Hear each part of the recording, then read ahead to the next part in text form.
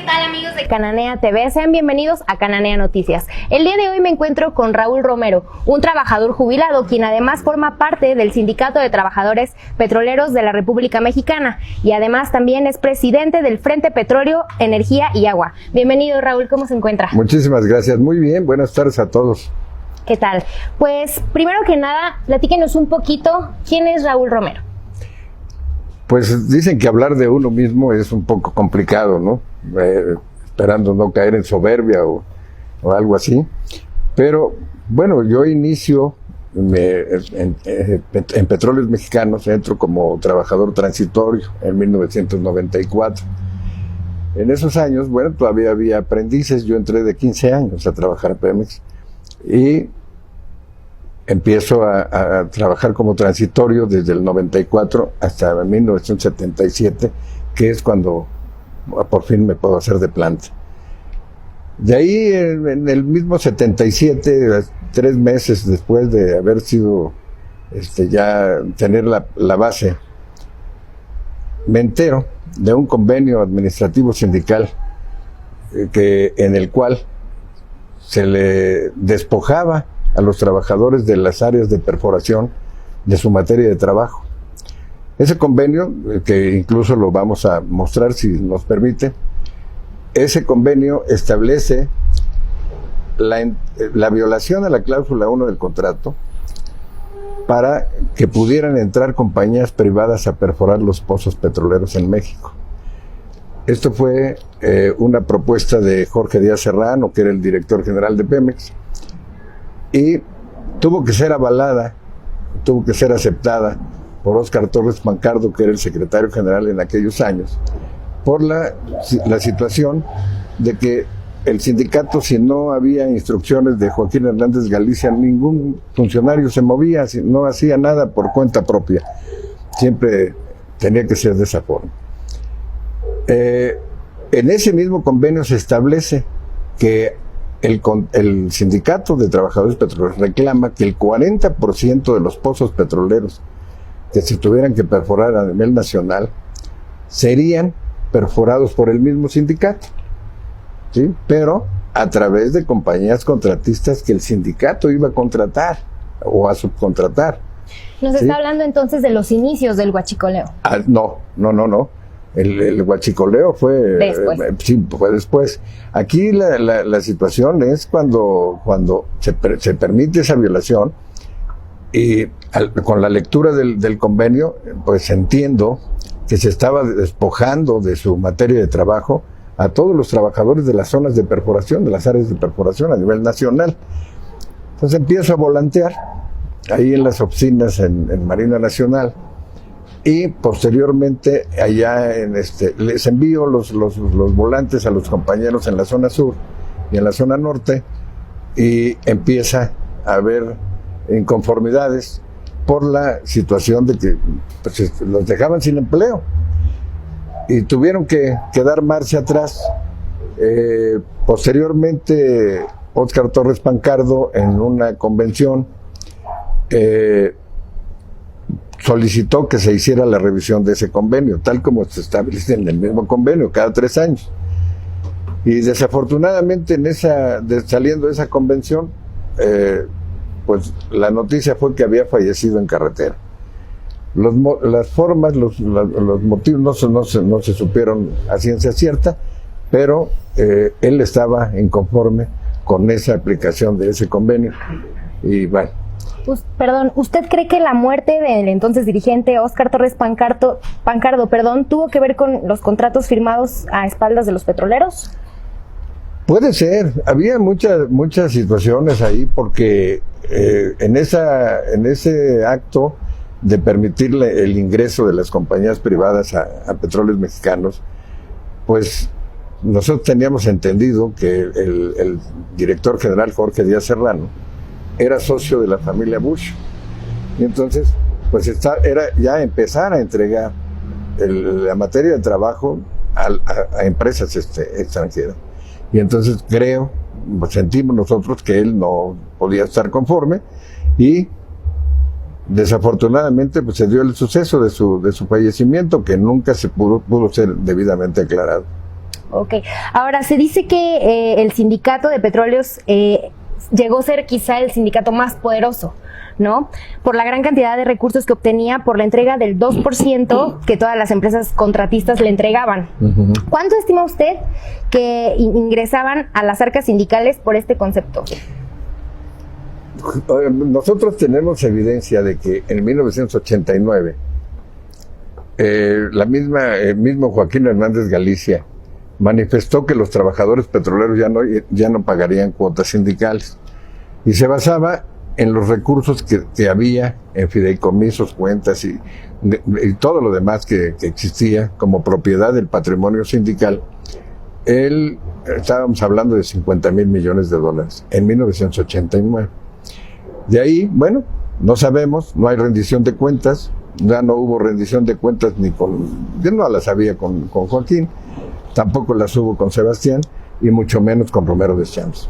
Justo eso era lo que le iba a preguntar, ¿no rindieron ninguna cuenta? Nunca.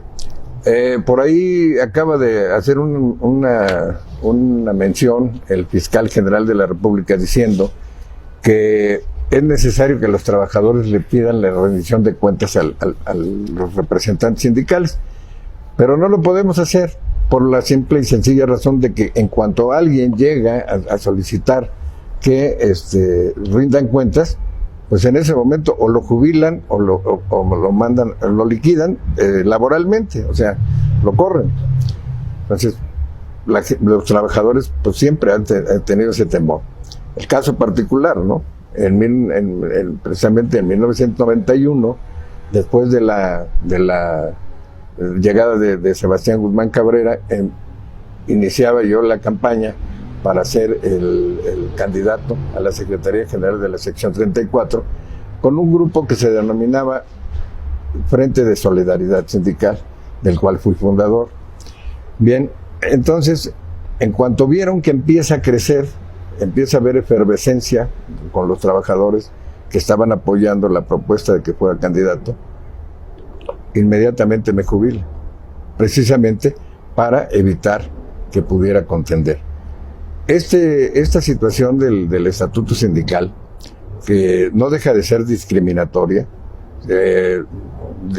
y además pues lastima los derechos humanos fundamentales, es utilizada de manera reiterada por los funcionarios sindicales, que cuando ven que alguien puede tener oportunidad con el apoyo de sus compañeros, de los trabajadores de su sección o en el Comité Ejecutivo General, de que puede empezar a tener aprobación de los compañeros, en ese momento es jubilado. Entonces utilizan esa parte del estatuto para negarnos el derecho a los trabajadores de tener elecciones democráticas. Claro. Nosotros hemos estado contra la corrupción desde 1977, desde ahí inicio. Ahora, ¿qué ha pasado? Pues bueno, hemos metido una serie de denuncias y demás. Nos conocen hasta los ministerios públicos y nos conocen algunos funcionarios de la Procuraduría General de Justicia, de la misma Procuraduría General de la República, ahora Fiscalía General de la República, y nos dicen, siguen luchando, pues seguimos en esto. Así es. Sí. Nada más nos saludan y se van, porque lógico, pues sí, la interpretación que le damos es de que hay acuerdos entre la representación sindical, o ha habido acuerdos con los gobiernos anteriores para evitar que pudiera esclarecerse todo lo que está pasando. El patrimonio sindical fue conformado a raíz de lo que menciona del 2%, porque cuando empieza a ya no haber materia de trabajo para los petroleros, trataron de evitarlo. Entonces metieron ese famoso 2%. Nosotros los trabajadores todos pagamos una cuota al sindicato del 2%, esa era la cuota que se pagaba. Y entonces a las empresas contratistas para laborar permitir que hicieran el trabajo que tenían que hacer los trabajadores petroleros, se les cobraba ese 2%. Entonces, y además fue firmado en convenios y demás que están debidamente legalizados ante las juntas, ¿no? Juntas federales. Pero ese 2%, precisamente, bueno, pues lo que empezó a generar recursos. En el convenio, me regreso un poco, en el convenio de 1977, ¿sí? Independientemente de que se establece que el sindicato iba a subcontratar, también se establece que había un bono firmado por los trabajadores, porque en 1977 el sindicato, el patrimonio de los socios sindicales fue utilizado para financiar a la empresa, porque en 1977 Petróleos Mexicanos estaba quebrado. Y así a seguir, pero bueno. ¿Dónde quedó el dinero de esos bonos? Nunca nos han rendido cuentas e insistimos en eso precisamente para que si lo llega a saber el fiscal, que sepa que él dice en un mensaje que es necesario que le pidamos nosotros a los funcionarios sindicales que rindan cuentas, pero ¿cómo lo vamos a hacer si utilizan cualquier recurso que tienen a su alcance para evitar que los trabajadores puedan hacer exigir esta rendición? Ustedes como trabajadores internos en las plataformas, pues se conocía este tema del huachicoleo. ¿Cómo fue que inició este tema? ¿Quién lo inició? Pues bueno, en el año exactamente no estoy muy seguro, pero hubo una empresa que se llama Arriba Limited, que contrató con una cooperativa que manejaba Joaquín Hernández Galicia, una cooperativa que era parte del sindicato, y firman un acuerdo, un convenio, para que todo el petróleo residual que se rescataba cuando había derrames en los tanques de almacenamiento, todo ese petróleo residual se rescataba y ese petróleo residual se le mandaba a la empresa Arriba Limited. Esa empresa, bueno, pues ellos compraban, ellos vendían, pero también era un convenio que estaba debidamente acreditado. O sea, la Quina sí no tenía otra situación más que todo lo pretendía que fuera debidamente autorizado y elevado a la categoría de laudo ante las juntas de conciliación. Entonces, ahí hay muchas situaciones que hay que ir analizando. En el caso de la otra pregunta que hace, bueno, el huachicoleo, ahí empezó. Con esta empresa. Había derrames provocados, y decimos que provocados, ¿por qué? Porque los mismos trabajadores de las refinerías decían, no puede ser posible que haya aumentado la presión, y se derramaban. Pero no se derramaba 1 o 2 tanques, no. Todos los tanques de la refinería. Y entonces se rescataba ese producto y ese producto es el que se vendía. Vino después Salinas de Gortari y le quita a la Quina esa concesión, ¿sí? Y no sabemos qué pasó, pero se seguía haciendo. O sea que el huachicoleo empezó desde adentro, ¿no? Así es. Ok, bueno, pues si me permite vamos a un primer corte, pues le agradezco el tiempo que llevamos y ustedes no se olviden de seguirnos en nuestras redes sociales, en Facebook, en Twitter, en Instagram y en todas las redes sociales nos encuentran como Cananea TV. No se vaya porque regresamos. Pues ya estamos de regreso aquí con el socio sindical Raúl Romero y también se nos une el doctor José Gilberto Salazar. Bienvenido a Cananea Noticias. Muchas gracias por prestarnos su tiempo y su atención. Bueno, pues continuando con la plática, después del encarcelamiento de Joaquín Hernández Galicia, la Quina, en enero de 1989, tras el llamado Quinazo, llegó a la dirigencia Sebastián Guzmán Cabrera. En 1993 ya llegó pues Carlos Romero, ¿no? ¿Qué pasó con los bienes del sindicato petrolero, como ranchos, hoteles, tiendas de consumo, etcétera? Hay la situación presente entre todos los compañeros en las secciones sindicales, de que los ranchos fueron expropiados, vamos a decirlo así, por los dirigentes sindicales de cada sección. Se apropiaron de los ranchos, se apropiaron de los bienes, se apropiaron de más, cuando sabían perfectamente que la quina tenía todo, pero era muy hábil, y todo lo ponía, lo registraba a nombre del patrimonio sindical.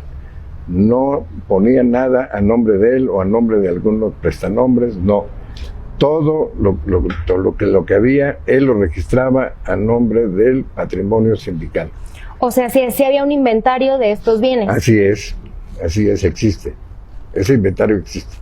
Ok, ¿a cuánto estima que ascendían estos recursos? Lo comentaba en el bloque anterior, estamos hablando de 50,000 millones de dólares en 1989. ¿Sabían de esto los trabajadores y gozaron de ello? ¿O? Pues sabían que existía, pero el disfrute que tenían era porque, pues bueno, había ranchos, había tiendas de consumo, había bodegas en la central de abastos, había 200 pipas al servicio de Pemex, en fin, se fue incrementando a raíz de empezar a trabajar todo esto. Entonces hubo un crecimiento fuerte, muy fuerte del Sindicato de Trabajadores Petroleros, a grado tal que hubo organizaciones sindicales internacionales que venían a ver por qué estaba creciendo tanto este sindicato, qué es lo que hacían. Bien, ¿qué sucedió? Bueno, llega Sebastián Guzmán Cabrera, y a partir de la llegada de Sebastián Guzmán Cabrera y después Romero de Champs, sobre todo en el caso de Romero de Champs, empieza a haber un despido injustificado de transitorios, trabajadores nuevos o que no tenían antigüedad suficiente para ser jubilados y para dejar plazas vacantes, porque ahí empieza lo que le llaman la correduría de fichas, ¿sí? Ahí los secretarios generales, los secretarios de trabajo de todas las secciones, ¿sí?, pues metían a trabajar a personas que no tenían el derecho estatutario. Y se sabe que la forma en que podían entrar a laborar era a través de un pago. No podía ser, ¿por qué? Porque no tenían ningún derecho estatutario ni contractual. Entonces les vendían ese derecho. Regresando un poquito a la pregunta, a la fecha, ¿saben qué pasó con esos pues como paraísos de más bien los ejemplos que vimos hace ratito? ¿Qué pasó con los hoteles, con...? Todo ha desaparecido. No hay rendición de cuentas. Se han solicitado rendición de cuentas y a los compañeros que se han atrevido a solicitar la rendición de cuentas, pues simplemente o los liquidan o los jubilan. Entonces, esa es la forma, ¿sí?, gangsteril, vamos a decirlo así, de operación de Romero de Champs con todos los 36 comités ejecutivos seccionales de 1993 a la fecha. Perdón, aquí en relación a esto de los bienes del sindicato, patrimonio del sindicato, que es una situación especial en el caso del sindicato de petroleros, porque en el caso mexicano es el único sindicato donde los socios son los dueños del patrimonio del sindicato. O sea que además de ser socios son trabajadores. Entonces tienen doble situación legal. Pero al ser socios son los dueños del patrimonio. Todos estos bienes que se han enajenado, que se han dilapidado, que han desaparecido del patrimonio, todo eso está documentado a través de escrituras públicas, que se han enajenado esos bienes, se han vendido, y es parte de la denuncia penal que presentaron el día 15 de marzo del 2018. Todos los documentos que justifican ese patrimonio, esos bienes, estaban aportados al Ministerio Público. Desafortunadamente, por el cambio de administración, todos esos documentos desaparecieron. Hace unos días fuimos a la Fiscalía. Yo con mucho interés quise ver esos documentos porque los había visto antes y resulta que ya ahora no están.